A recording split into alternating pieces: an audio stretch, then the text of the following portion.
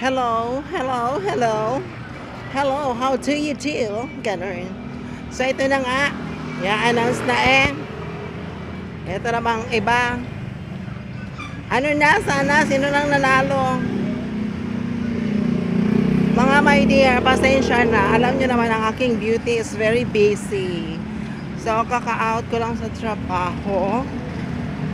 So, ito i-announce ko na and busy ako kahapon. Tapos, dapat kasi i-announce ko na. Ngayon, hindi nag-charge ako for almost 6 hours. Pag-check ko sa cellphone, haladry, 4%.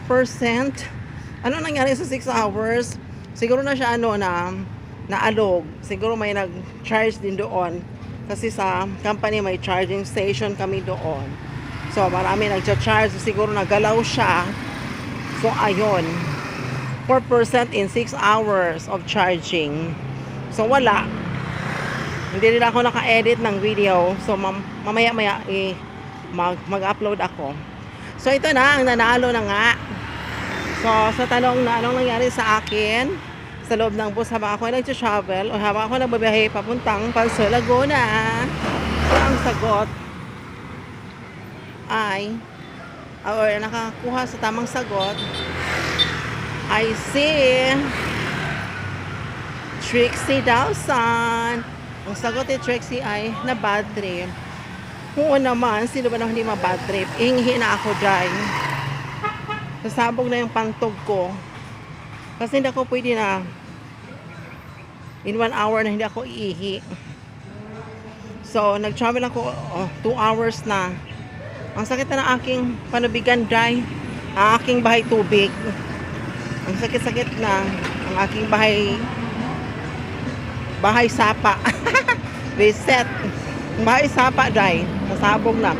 Sabi ko sa driver, kuya, pwede pa mag-stop over muna tayo at para mag-CR. Sabi ba naman niya, naku, mahirap yata yan. Kaya nagmamantay ng ibang pasahero. So, sabi niya, okay, sige. Hanapan natin ng sa tayo pwede mag-CR. Ayun, dry. 45 minutes sa pagbabiyahe. Additional 45 minutes. Bago ako, hininto doon sa may gasolinahan. Which is, ang dami naman ng gasolinahan, may dinaanan.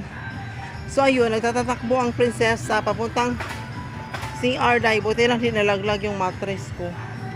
So, ayun, once again, congratulations to Miss Trixie Dawson. So, for the next video, abangan nyo naman yung i-upload ko na video mamaya. Kung ano naman ang tanong. So, another papremyo sa tanong doon sa bagong video, another 400 pesos. So, Miss Trixie, i-message lang kita, day. Kung kaya lang kayo padala sa Gcash kung 6 years from now or 7 years from now. Charot. Ayun. Thank you. And sana mag-cooperate pa rin kayo. Magsagot kayo sa next tanong ko doon sa bagong video na i-upload ko mamaya. Okay? Have a good, God bless everyone and advance Merry Christmas. Baka naman may mga pamasko dyan.